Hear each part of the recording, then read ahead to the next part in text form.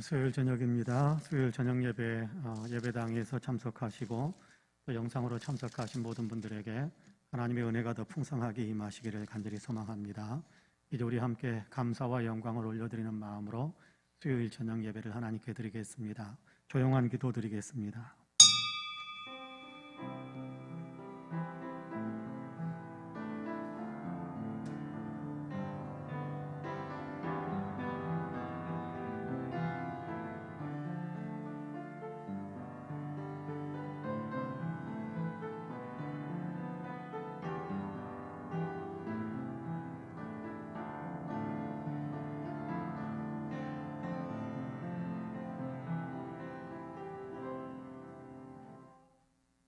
은혜와 사랑이 풍성하신 하나님, 수요일 저녁 예배로 다시금 저희들이 모일 수 있게 하시고 하나님의 은혜에 감사하며 영광 올려드리는 마음으로 예배할 수 있게 하시니 참으로 감사합니다.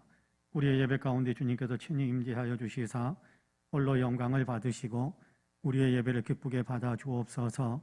예배드리는 사랑하는 성도들 심령을 성령의 은혜로 강하게 붙잡아 주시어서 영혼의 새 힘을 얻게 하여 주시고 세상 속에서도 기쁨과 평강의 삶을 살아갈 수 있는 능력으로 충만해지게 하여 주옵소서.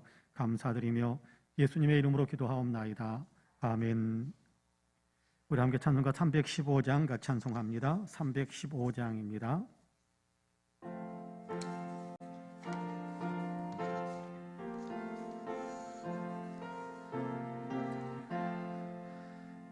내 주 대신 주를 참 사랑하고 곧 그에게 죄를 다고합니다. 그 은혜를 주신 내 예수시니 이전보다 더욱 사랑합니다. 그날 사랑하사 구하시려고 저 십자가 고난 당하셨도다. 그가 시관 쓰신 내 주 배우니 이전보다 더욱 사랑합니다.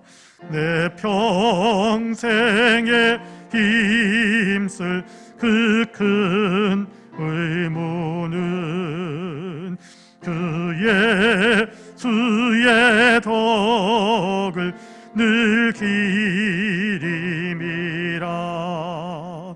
숨질 때에까지 내 할 말씀은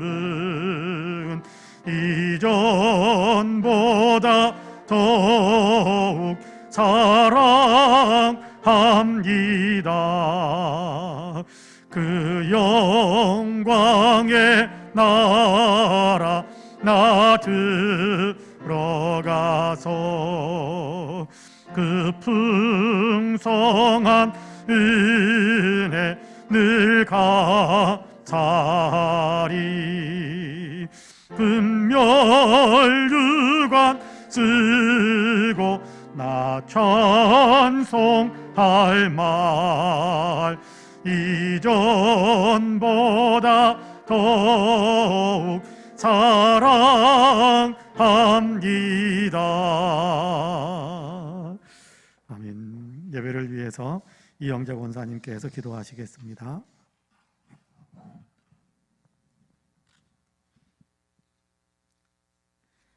자비로운 주님, 오늘도 주관하셔서 부족한 저희를 자녀 삼아 주님을 알고 믿고 따르는 주님의 자녀됨 한량한 은총을 내려주심에 감사드립니다. 사순절입니다. 모두들 깨어서 기도와 간구하고 주의 말씀에 굳게 서고 예수 그리스도를 더 알고 깊이 한 걸음 한 걸음 주님을 향하여 걸어갈 때마다 주님의 은혜 가운데 거하고 삶이 늘 충만하게 하옵소서. 오직 성령 충만, 믿음으로 구원받아 말씀이 우리 안에 거하고 생동감 넘쳐 은혜 받고 나누고 기쁨이 2배가 되게 하옵소서.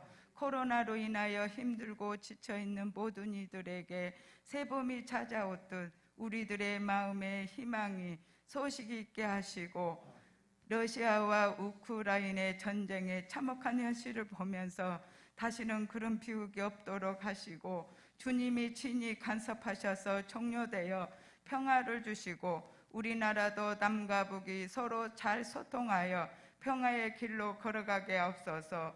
이정자들에게 지혜와 명철을 주셔서 이 어려운 경제난을 잘 극복하여 기쁨과 행복을 추구하며 각 가정에 넘치게 하옵소서. 주여, 우리 교회 들어서기만 하면 은혜 받고 나누어 서로 사랑과 배려를 하며 예배가 활성화되어 각 주신 직분에 따라 사명을 잘 감당하게 하시고 모이는 데 힘쓰게 하옵소서.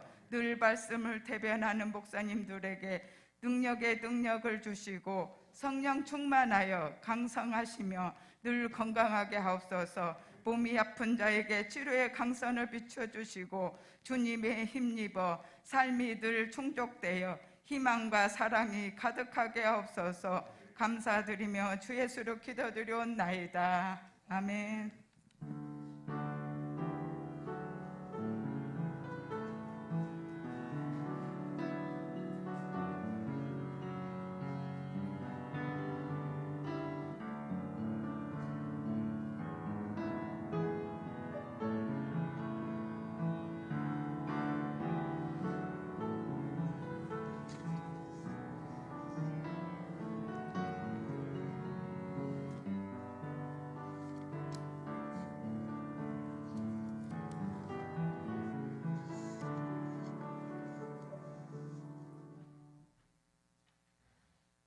하나님의 말씀은 말라기서입니다. 구약성경 마지막 책 1327쪽 말라기 1장 6절에서 14절까지의 말씀을 우리 한 목소리로 같이 봉독하겠습니다. 구약성경 말라기 1장 6절에서 14절까지의 말씀입니다.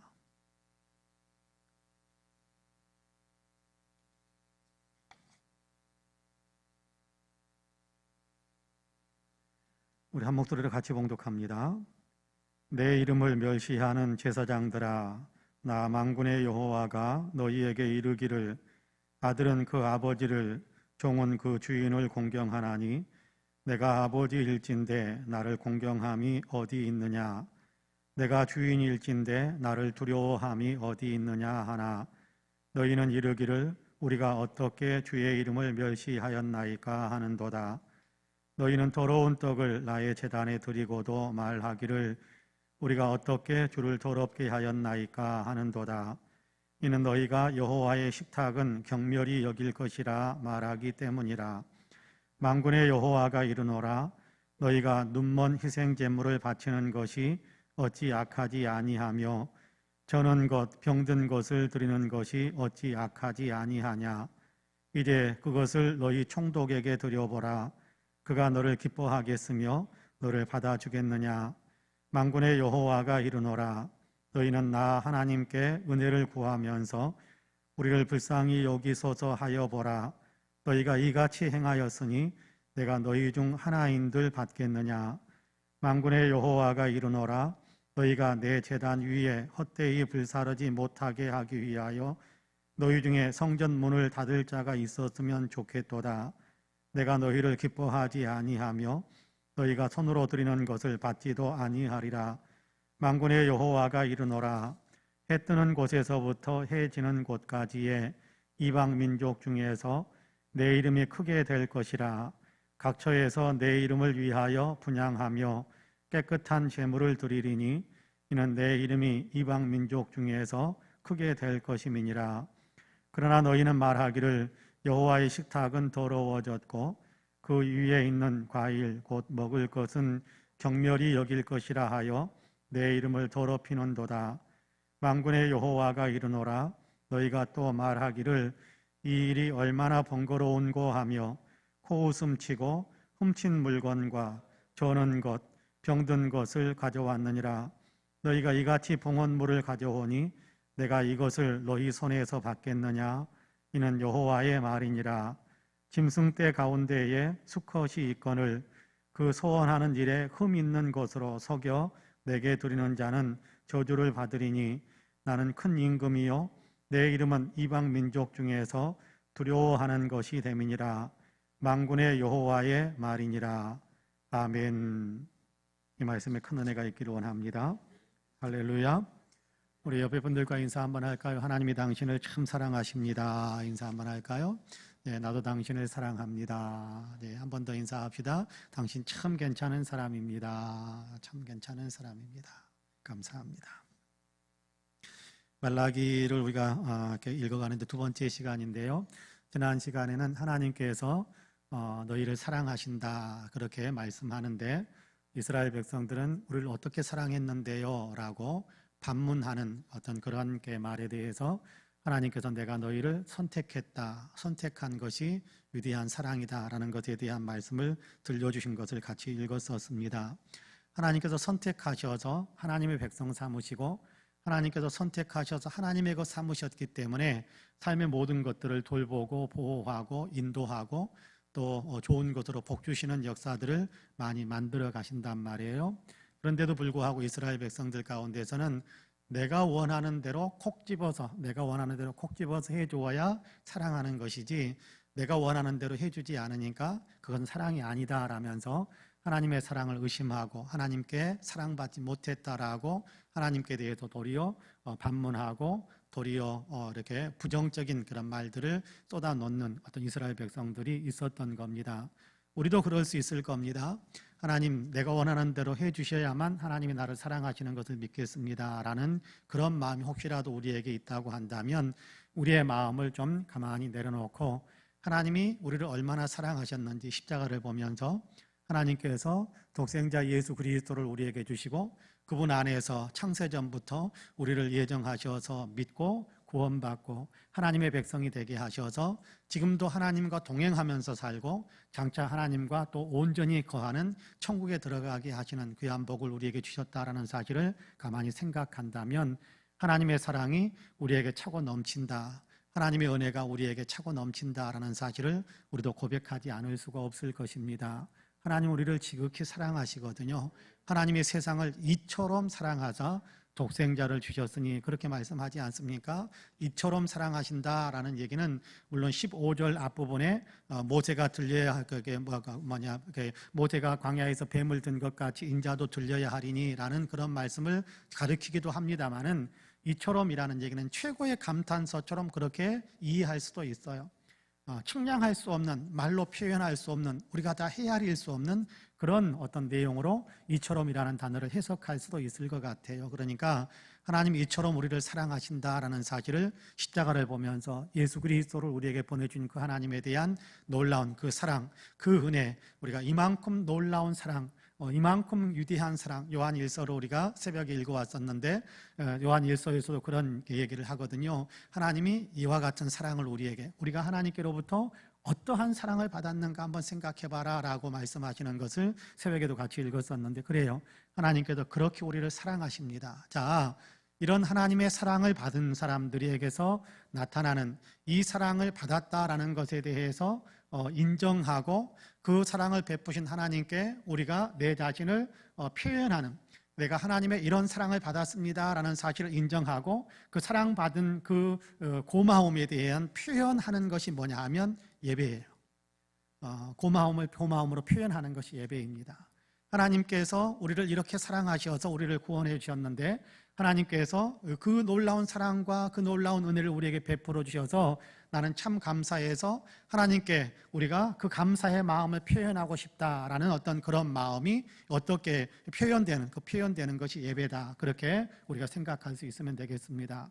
여러분, 존 스토트 목사님이라는 분이 이렇게 십자가, 그리스도의 십자가라는 책을 써놨는데, 저는 십자가에 대해서 너무나도 자세하게, 너무나도 깊이 있게 잘 써놓은 책이다라고 생각을 하는데, 거기에 보면 그런 얘기를 합니다. 십자가는 우리를 죄에서 용서해 주시는 은혜가 되는 뿐만 아니라, 십자가는 우리로 하여금 거룩하게 변화되어지게 만드는 어떤 성화를 이루게 만드는 동력이 되기도 한다, 그렇게 이야기하거든요. 십자가는 그 자체로 우리의 죄를 용서하시는 하나님의 은혜죠. 그런데 그 십자가를 우리가 정말 받아들이면, 용서받았다라는 그 기쁨 때문에 내가 하나님께 감사하면서 그 사랑받았다라는 것에 대해서 기뻐서 그 사랑해 주신 그 주님께 어떻게 고마움을 표시하기 위해 내 삶을 바꾸어가는 역사, 그의 성화인데 달라지는 것인데, 십자가는 그런 동력까지 우리에게 같이 주는 그런 은혜다, 그렇게 이야기하거든요. 디도서에서는 그런 얘기를 해요. 우리를 구원하시는 하나님의 은혜가 나타나 우리를 양육하시되, 그렇게 이야기합니다. 그래서 거칠고 험한 세상에서 우리를 흠없는 사람으로 만들어가는 그런 양육, 성화의 양육이 이루어지도록 하는 것이 하나님의 은혜고 하나님의 사랑이다라고 이야기하는데, 여러분, 그것이 뭐냐 하면 예배하는 삶이거든요. 예배, 그렇게 이야기하면 우리가 예배당에 앉아서 드리는 예배만 우리가 생각하실 필요는 없습니다. 예배당에 앉아서 드리는 예배 중요한 겁니다. 그러나 그에 못지않게 중요한 예배가 있는데 삶으로 드리는 예배예요. 우리가 잘 아는 로마서 12장 1절과 2절에 보면 그런 얘기합니다. 너희 몸을 하나님이 기뻐하시는 거룩한 산 제물로 드려라, 그렇게 이야기합니다. 너희 몸을 하나님이 기뻐하시는 거룩한 산 제물로 드려라. 하나님께서 온전하게 여기시고 선하게 여기시고 하나님께서 기뻐하시는 뜻이 무엇인지 분별해서 너희가 마음을 새롭게 함으로 변화를 받아 그렇게 주님이 기뻐하시는, 하나님이 기뻐하시는 삶을 살아라. 그것이 몸으로 드리는 예배다, 그렇게 이야기하는 겁니다. 우리가 몸으로 변화되는 거죠. 하나님이 기뻐하시는 삶을 구체적으로 살아가는, 그것이 삶으로 드리는 예배다, 그렇게 이야기할 수 있겠어요. 그런데 오늘 우리가 읽은 본문 말라기 1장 6절에서 14절까지 해서 말씀하시는 내용은 그걸 기본으로 깔고 있으면서 성전에서 드리는 구체적인 제사, 예배당에서 드리는 구체적인 예배에 대한 이야기를 하면서, 예배가 정말 예배되어야 할 텐데 너희가 그 하나님의 사랑에 대한 온전한 감사의 마음으로 드리는 예배가 되어야 할 텐데, 예배가 습관이 되고 타성이 되고 예배가 오히려 좋지 못한 모습으로 그렇게 예배드리는 어떤 너희의 모습이 나타나고 있다. 그것을 너희가 돌이켜야 된다. 거기에서 빨리 빠져나와야 된다라는 것에 대한 이야기를 들려주는 것이 오늘 우리가 읽은 본문 4절에서 16절까지의 6절에서 14절까지의 말씀입니다. 예배는 하나님을 향한 감사거든요. 감사의 마음이 빠져버리면 그러면 예배는 예배가 아니에요.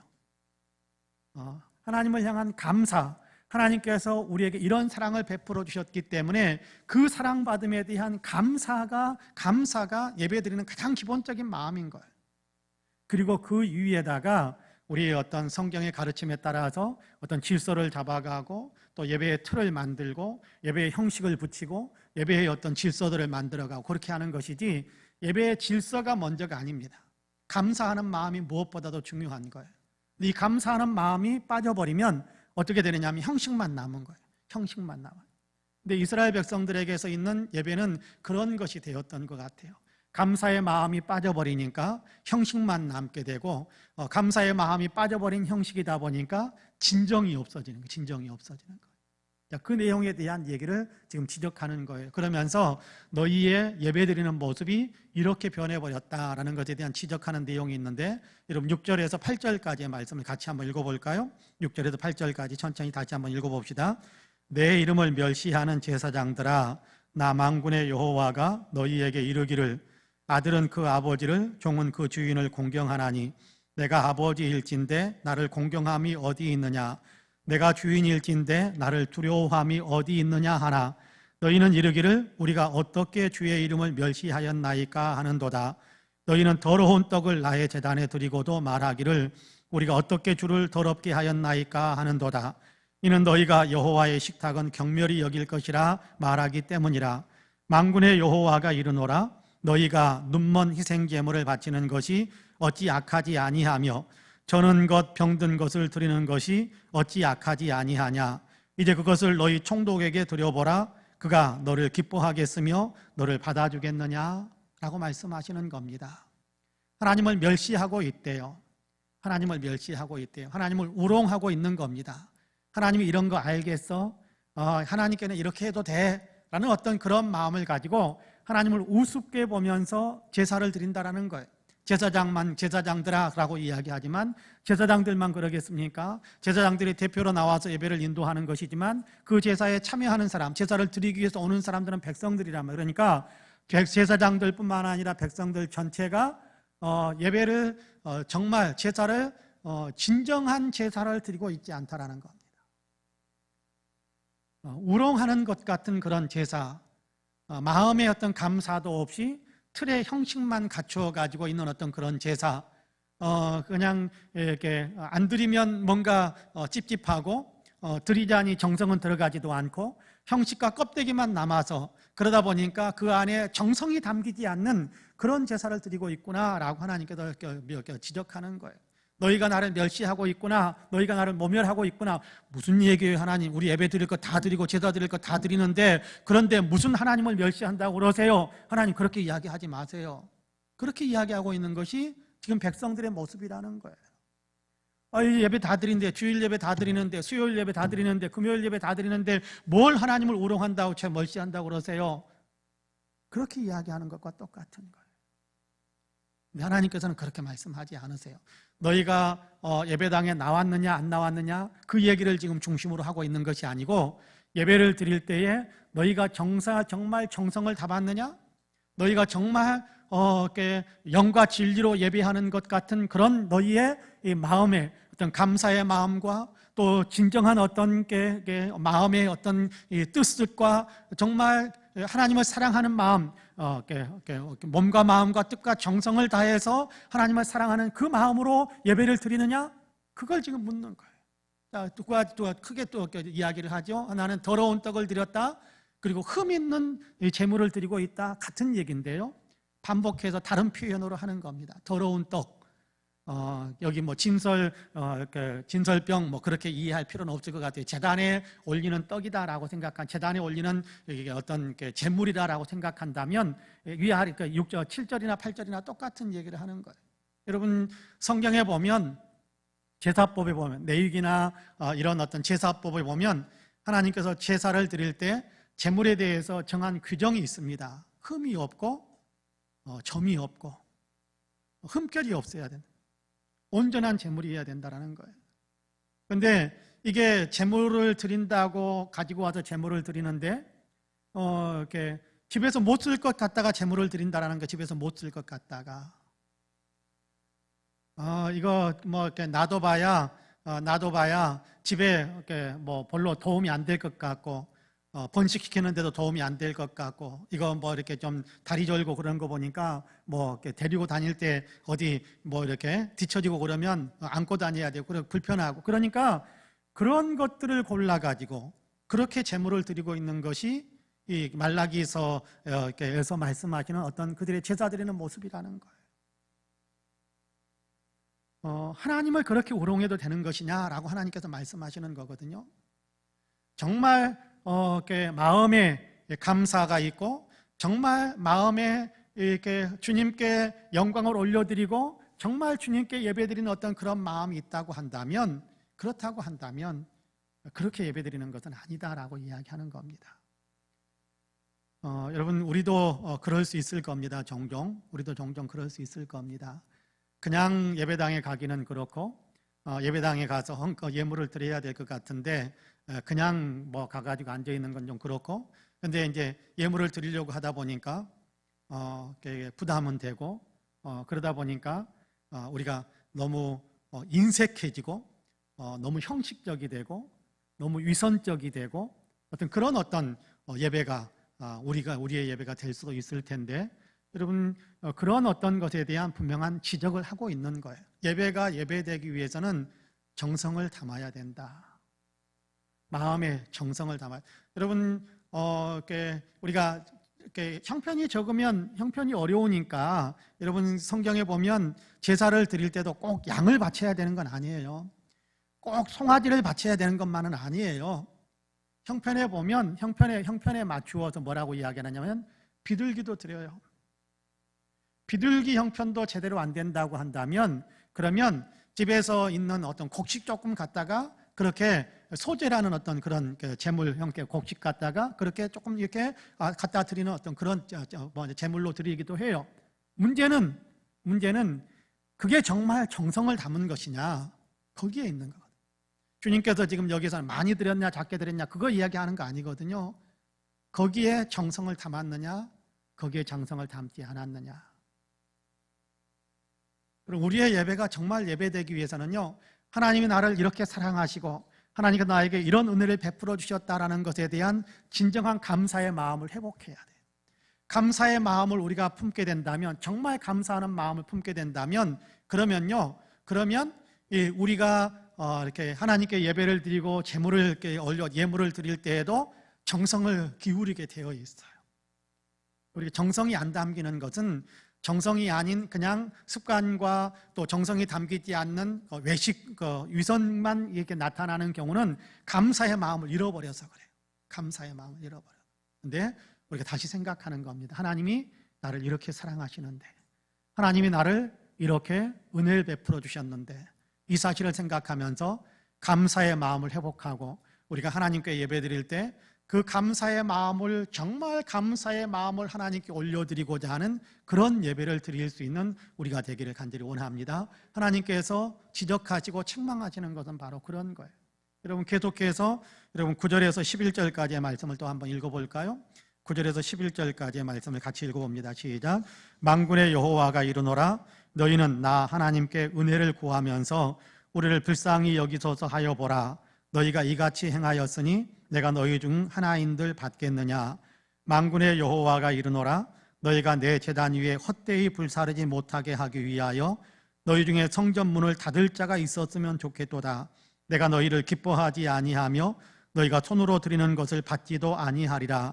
만군의 여호와가 이르노라, 해 뜨는 곳에서부터 해 지는 곳까지의 이방 민족 중에서 내 이름이 크게 될 것이라. 각처에서 내 이름을 위하여 분향하며 깨끗한 제물을 드리리니 이는 내 이름이 이방 민족 중에서 크게 될 것임이니라. 할렐루야. 여기 9절과 10절에 보면 그렇게 이야기합니다.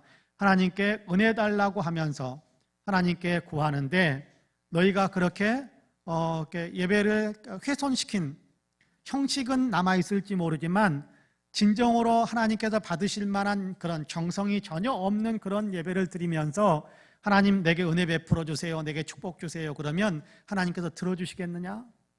그렇게 말씀하는 거예요. 그러면 10절에서도 마찬가지죠. 9절 10절에 마찬가지죠. 10절에서는요 더 심한 얘기를 합니다. 너희 중에 나가서 성전 문 좀 닫아버려라. 사람들 못 들어오게 좀 닫아버려라. 왜냐하면 저들이 들어와가지고 성전에 들어와가지고 하나님께 드린다고, 제물을 드린다고, 뭐 제사에 어떤 불사른다고, 제물로 제사 불을 피워서 이렇게 번제단에서 이렇게 제물을 드린다고 하는데, 그거 내가 받지도 않는 건데 들어와서 그런 것 하니까, 그러면서 스스로는 나는 예배를 잘 드렸다라고 그러면서 스스로 만족하고 스스로 뭐 이렇게 하나님 앞에 다른 사람 앞에서 막 거드름을 피우는 것 같은 그런 모습을 취하는 그런 것이 보기가 안 좋으니까 너희 가운데 누가 가서 성전 문 좀 확 닫아버리고 아무도 못 들어오게 좀 막았으면 좋겠다, 그렇게까지 말씀하신단 말이에요. 이렇게 말씀하시는 이유는 어디에 있겠습니까?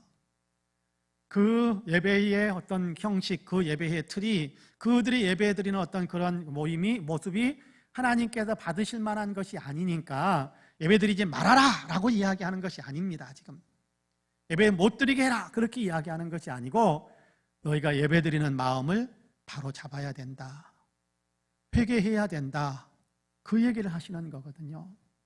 여러분, 하나님께서는 은혜 베푸시고 하나님께서는 사랑을 베푸시고, 그러면서 하나님의 백성들이 하나님께 감사하기를 원하세요. 그 감사의 마음을 가지고 예배드리기를 원하세요. 그래서 예배 시간에 또 하나님께서 만나주시거든요. 제사들, 성전 제사 드릴 때 만나주시고 그러잖아요. 예배 드릴 때도 만나주시잖아요. 그런데 그 은혜를 또 베풀어 주시는 거거든요. 근데 그런 은혜를 베풀어 주기를 원하시기 때문에 예배를 필요 없는 것이다라고 하나님 말씀하지 않으시는 거예요. 지금 여기서 말씀하시는 것은 예배를 예배되게 만들기 위해서, 예배를 통해서 은혜를 받고 예배를 통해서 하나님을 만나는 그런 영적인 감격을 회복하기 위해서는 너희가 지금 행하고 있는 그런 어떤 영적인 모습들, 너희가 그 부분에 대해서는 분명하게 회개해야 된다, 바르게 잡아야 된다, 정말 정성이 들어가는 그런 예배가 되어야 된다, 그런 얘기를 지금 하나님께서 말씀하시는 거, 회개하기를 원하시는 겁니다. 제가 언젠가 한번 말씀을 드렸던 것 같은데요, 인도에 선교사로 가 계시는 선교사님 한 분이 자기가 경험했던 이야기를 책에다 실어 놓은 것을 읽은 적이 있습니다. 인도에는 이렇게 힌두교가 있고 또 다른 어떤 여러 가지 좋은 다양한 종교들이 있는데, 인도에 이제 겐지스 강에 겐지스 강에 이제 거기다가 때로는 사람을 이렇게 빠뜨리면서, 겐지스 강에서 사람을 빠뜨리면서 거기에서 자기 자녀를 제물로 바치는 사람들도 있고 그런다고 그래요. 근데 열심히 복음을 전하는데도 도저히 이렇게 예수 믿겠다고 예수 믿는 믿음으로 들어오지 않는 한 아주머니가 두 아이를 데리고 이제 겐지스 강에 가는 겁니다. 한 아이는 총명해 보여요. 작아 보이는데 총명해 보이고 이렇게 눈이 반듯하고 그 아이는 걸어서 갑니다. 네, 조금 그 아이보다 좀 더 커 보이는데 이렇게 좀 총명해 보이지 못하는 아이, 뭔가 좀 이렇게 침도 좀 흘리고 그런 모습 속에 정상적이지 않은 그런 아이는 안고 가는 거예요. 그래서 어디에 가시냐고 그랬더니 신에게 제물을 드리려고 간다, 그렇게 이야기를 하더래요. 그래서 그 신에게 제물을 드리러 가는데 어떤 제물을 드린다라는 것은 뻔히 알잖아요. 두 아이 가운데 누군가를 이렇게 제물로 바치려고 그러는가 보다, 그렇게 생각하면서 그것이 좋지 않은 것이다라는 얘기를 차마 거기서 더 이상 말할 수가 없어서, 왜냐하면 그게 그들의 어떤 신을 섬기는 방법이었으니까, 그들의 신을 섬기는 방법이었으니까 차마 말을 못해서 그냥 이렇게 인사만 하고 헤어졌다고 그래요. 근데 한참이 지난 후에 그 어머니가 이렇게 돌아오는 교리의 자리에서 이 선교사님이 또 우연히 마주치게 된 거예요. 그래서 한 아이를 제물로 바쳤으니까 이렇게 한 아이만 데리고 올게 않겠어요? 그래서 한 아이만 데려가오는 모습을 보면서 이렇게 선교사님 생각에는 틀림없이 총명해 보이는 아이는 살려두고 아마 이렇게 좀 모자라 보이는 아이를 제물로 바쳤을 수 있겠다라고 생각을 했는데, 만나서 보니까 이렇게 총명한 아이가 없어지고 좀 이렇게 좀 뭔가 부족해 보이는 그 아이를 안고 돌아오고 있는 거예요. 좀 놀랬죠. 충격을 받았죠. 그래서 아니 어떻게 된 겁니까? 왜 그 똑똑한 아이를 놔두고 똑똑한 아이를 제물로 바치고 좀 이렇게 덜 똑똑해 보이는 아이를 안고 있습니까? 라고 물었더니 그 여인이 그렇게 대답을 했다고 그래요. 당신네들의 신을 그렇게 섬기십니까? 우리는 우리의 신에게 가장 좋은 것을 드립니다. 그렇게 이야기했다. 그들이 잘못된 우상 숭배를 하니까 생명을 그렇게 함부로 하는 것, 그건 정말 잘못된 겁니다. 그럼에도 불구하고 그 선교사님이 한 가지 굉장히 결정적인 깨달음을 얻고 많이 회개했다라고 하는 얘기가 뭐냐 하면, 하나님께 드리는 것은 내가 가장 좋은 것을 드려야 된다. 그것이 하나님의 은혜로 하나님의 사랑을 받은 사람으로서 마땅히 내가 취해야 될 신앙의 태도다라는 사실을 그 여인을 통해서 다시 한번 마음에 자극을 받고 하나님 앞에 더 온전하게 가장 좋은 것을 드리는 삶을 내가 살아야겠다라고 결심을 했다라는 이야기를 그의 보고서 내용에 기록한 것을 본 적이 있습니다. 우리의 예배가 그렇게 되어야 된다라는 거예요. 우리의 예배가 그렇게 되어야 된다. 그런데 만약에 그렇게 되지 않는다면 굉장히 엄청난 충격적인 경고의 말씀이 있습니다. 여러분 12절부터 14절까지 여러분 같이 한번 읽어볼까요? 12절부터 14절까지 같이 먼저 한번 읽어봅시다. 시작. 그러나 너희는 말하기를 여호와의 식탁은 더러워졌고 있고 그 위에 있는 과일 곧 먹을 것은 경멸이 여길 것이라 하여 내 이름을 더럽히는도다. 만군의 여호와가 이르노라. 너희가 또 말하기를 이 일이 얼마나 번거로운고 하며 코웃음치고 훔친 물건과 저는 것 병든 것을 가져왔느니라. 너희가 이같이 봉헌물을 가져오니 내가 그것을 너희 손에서 받겠느냐? 이는 여호와의 말이니라. 짐승떼 가운데에 수컷이 있거늘 그 서원하는 일에 흠 있는 것으로 속여 내게 드리는 자는 저주를 받으리니 나는 큰 임금이요 내 이름은 이방 민족 중에서 두려워하는 것이 됨이니라. 만군의 여호와의 말이니라. 자, 처음에 이야기했던 내용을 또 다시 한번 반복해서 하는데 더 리얼하게 지적을 하지요. 뭐라고 이야기합니까? 13절에 보니까 내가 이렇게 제대로 격식 차려가지고 제사 드리는 거 이거 너무 번거롭다고 귀찮다고 그래서 제사를 안 드려버리는 사람도 있고 제사도 너무 모든 순서대로 대충 적당하게 내가 이렇게 생각하는 대로 그냥 적당하게 그렇게 정리해버리는 사람들도 있다라는 거예요. 번거롭다고 코수움치기도 하고 하나님께 드려야 될 예물을 드려야 되는데 훔친 물건 가지고 불이하게 불이하게 챙긴 어떤 것들로 예물을 드리려고 하고 저는 것, 병든 것, 흠 있는 것들, 점 있는 것들로 그렇게 하나님께 예물을 드리려고 하면 안 되는데 그렇게 드리는 사람들이 있더라라고 이야기하는 겁니다. 그렇기 때문에 14절에서 똑같은 얘기하죠. 수컷이 있거늘 여러분께 하나님께 제물을 드릴 때는 양이고 염소고 뭐 송아지고 이런 것들 제물을 드릴 때는 흠없는 수컷 1년 된 것, 뭐 그런 어떤 표현들을 사용하는데, 그 흠없는 수컷, 이게 어떤 1년 된 것들이 있는데도 불구하고, 없으니까 그냥 대충 아무거나 골라서 드리지, 이런 형태로 그렇게 행하는 일들이 있었다라는 거예요. 그렇게 어떤 그런 모습들을 지적하면서 하나님을 향한 제사를 제대로 드리는, 정성을 기울이는, 하나님께서 받으실 만한 어떤 그런 정성을 드리는 어떤 그런 제사를 드려야, 그런 예배를 드려야 되는데, 만약에 그런 예배, 그런 제사를 드리지 않는다면 내가 너희에게 이렇게 하겠다라고 이야기하는데요. 여러분, 이 본문은 우리가 11절 말씀을 다시 한번 읽는 것이 더 도움이 될 것 같습니다. 11절을 같이 한번 읽어볼까요? 시작. 만군의 여호와가 이르노라. 해 뜨는 곳에서부터 해 지는 곳까지의 이방 민족 중에서 내 이름이 크게 될 것이라. 각처에서 내 이름을 위하여 분향하며 깨끗한 제물을 드리리니 이는 내 이름이 이방 민족 중에서 크게 될 것임이니라. 할렐루야. 14절에서도 중간 이후에 보면 그렇게 이야기합니다. 나는 큰 임금이요 내 이름은 이방 민족 중에서 두려워하는 것이 됨이니라. 만군의 여호와의 말이니라. 그렇게 이야기합니다. 하나님을 모르는 이방 민족들에게 하나님의 이름의 그 거룩함을 선포하고, 그래서 그들로 하여금 하나님께 하나님의 이름을 높여드리며 하나님께 영광 돌리는 일들이 일어나도록 이방 민족에게 내가 은혜를 베풀겠다라고 하는 거예요.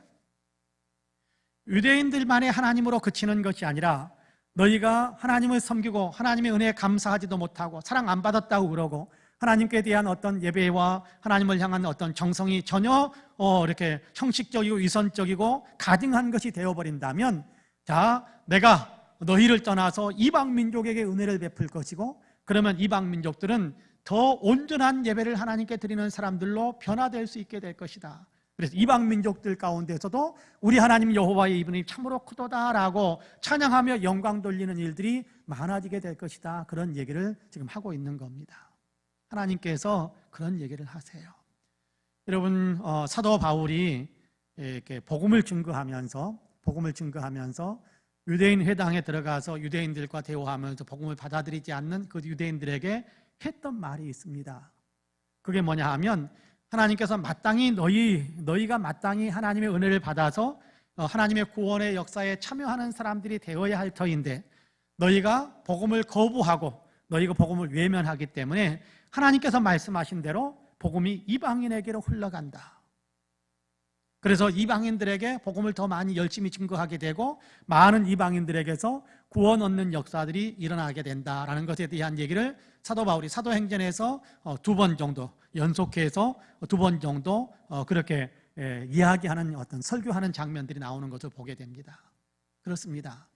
하나님께 마땅히 은혜를 받으면서 사랑받으면서 감사하며 하나님께 영광 돌리는 진정한 예배를 드리지 않게 된다면, 정말 감사하는 마음을 잃어버리게 된다면, 여러분 요한계시록 2장에서도 그런 얘기를 해요. 요한계시록 2장에 보면 에베소 교회에 대한 하나님에게 말씀을 하시면서 뭐라고 이야기하느냐 하면 너의 촛대를 옮기겠다. 회개하라. 그렇지 아니하면 너희의 촛대를 옮기겠다. 그렇게 이야기합니다. 예전에 이렇게 에베소 교회를 방문했던 적이 있습니다. 이렇게 에베소 성지순례 바울의 선교 여행지를 따라서 이렇게 성지순례를 한번 이렇게 다녀왔던 적이 있습니다. 근데 에베소 지역도 가서 에베소 교회의 자리, 에베소 교회의 웅장한 에베소 교회 상상을 해보면 웅장한 어떤 그 기둥들이 돌로 깎아놓은 어떤 기둥들이 있는데 기둥들이 저보다 더 굵어요. 제 몸통보다 훨씬 굵어요. 그런 어떤 기둥들로 돌로 깎아가지고 웅장하게 그렇게 예배당을 지었었던 것 같은데 지금은 다 무너져서 없어요. 흔적만 있어요. 거기에 대해서 이제 가이드가 그런 설명을 덧붙여서 해주는데 많은 생각을 하게 됐습니다. 에베소 교회를 향해서 주님께서 처음 사랑을 잃어버리지 말고 하나님의 사랑을 받아서 감사하면서 우리도 하나님 사랑해요 라면서 그렇게 감격해서 그렇게 하나님께 감사의 예배를 드리던 그 처음 사랑을 너희가 어디서 잊어버렸는지 빨리 찾아라. 그 처음 사랑을 잊어버리면 안 된다. 처음 사랑을 빨리 찾아라. 만약에 그 처음 사랑을 너희가 찾지 못한다면 그렇게 회개하지 못한다면 내가 촛대를 옮기겠다라고 하나님께서 말씀하셨는데 그렇게 촛대를 옮겨버리니까 교회가 이렇게 전혀 교회답지 못하게 되고 그곳은 이미 이제 그리스도인들도 없어요. 교인들도 없어요. 그건 터키 지역에 대해서 무슬림들만 살아가는 그런 동네가 되어버렸어요. 여러분 그런 모습들에 대한 많은 생각을 말씀을 묵상하며 그런 모습들도 많이 생각하게 됐습니다. 여러분 그렇습니다. 중요한 것은 우리가 사랑받았기 때문에 은혜 받았기 때문에 감사하잖아요. 근데 우리의 예배는 감사의 표현인데 우리의 예배가 귀찮은 것이 되고 우리의 예배가 대충 땜질하는 것이 되고 우리의 예배가 그냥 적당히 어떻게 그냥 어떤 게 한번 넘어가기만 하면 되는 그런 것처럼 생각하면 안 된다는 감사의 표현이기 때문에 정말 감사해서 정말 이렇게 정성을 들여서 예물을 우리가 드릴 수도 있고 못 드릴 수도 있고 많이 드릴 수도 있고 적게 드릴 수도 있고 내 형편에 맞추어지는 그 부분은 내 형편에 맞춰. 그러나 어떻게 우리가 예배를 드리든지 간에 어떤 모습으로 하나님 앞에 나왔든지 간에 중요한 건 내 마음에서 하나님이 내게 은혜 베푸셨다라는 사실을 기억하고 나는 하나님의 큰 사랑을 받았다라는 사실을 기억하면서 감사하는 마음으로 정말 예배의 모든 순서들을 정말 정성을 다해서 하나님께 올려드립니다라는 그런 마음으로 우리가 예배를 드리는 그런 예배 회복이 있어야 된다는 것을 지금 말씀하시는 겁니다. 그렇습니다. 예배가 예배되어야 하는 겁니다. 바라기는 저와 여러분 코로나가 예배를 많이 이렇게 흐트러 놓고 있는데 여러분께 이 코로나로 인해서 어쩌면 우리의 신앙적인 이게 상태, 현재 신앙의 어떤 수준들이 그대로 다 적나라하게 드러나게 만드는 어떤 그런 상황이 된 것 같아요. 코로나 예방 접종을 하니까 몸에 어디가 내가 약한지 그게 많이 막 드러났잖아요.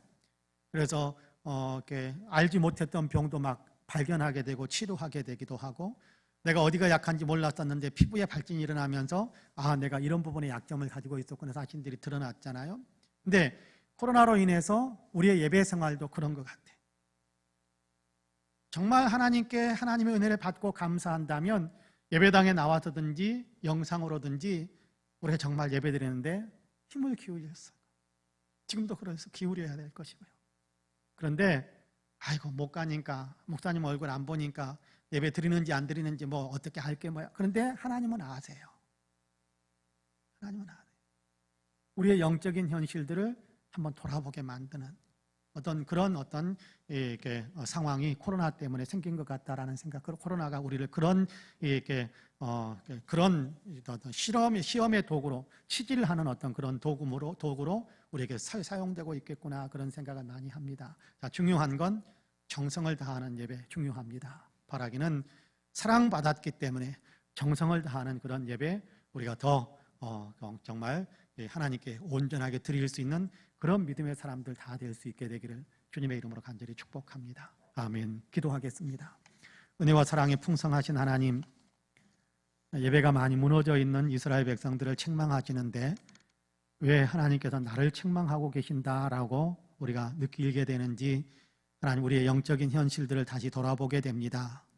하나님, 우리가 하나님의 은혜에 정말 감사하면서 정성을 기울이는 예배를 드리고 있는지 돌아보며 우리의 마음을 주님 앞에 더 바로 세우기 위해 회개하며 바른 예배를 드리는 사람으로 일어서야겠다라는 하나님 마음의 결심들을 더 새롭게 할 수 있게 하시니 감사합니다. 흐트러지지 않게 하여 주시고 하나님, 혹시 무너져 있다고 한다면 재단을 수축하는 마음으로 우리의 영적인 태도를 다시 한번 재정비하게 하셔서 하나님의 사랑받은 사람으로서 마땅히 감사하며 하나님께 온전한 영광을 올려드리기 원하는 정성 어린 예배를 드리는 사람으로 우리가 더 새로워질 수 있도록 축복해 주옵소서. 너의 예배는 참으로 아름다운 예배구나, 너의 예배는 참으로 정성을 기울이는 예배구나, 주님께로부터 칭찬받을 수 있는 그런 예배자가 될 수 있도록 주님께서 우리에게 은혜의 은혜를 더하여 주옵소서.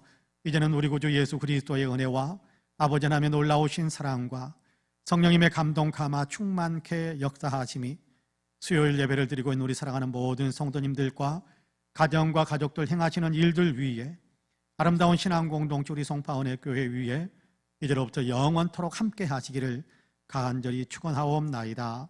아멘. 5분 정도 개인 기도하시고 자리에서 일어나시면 좋겠습니다. 같이 기도합니다.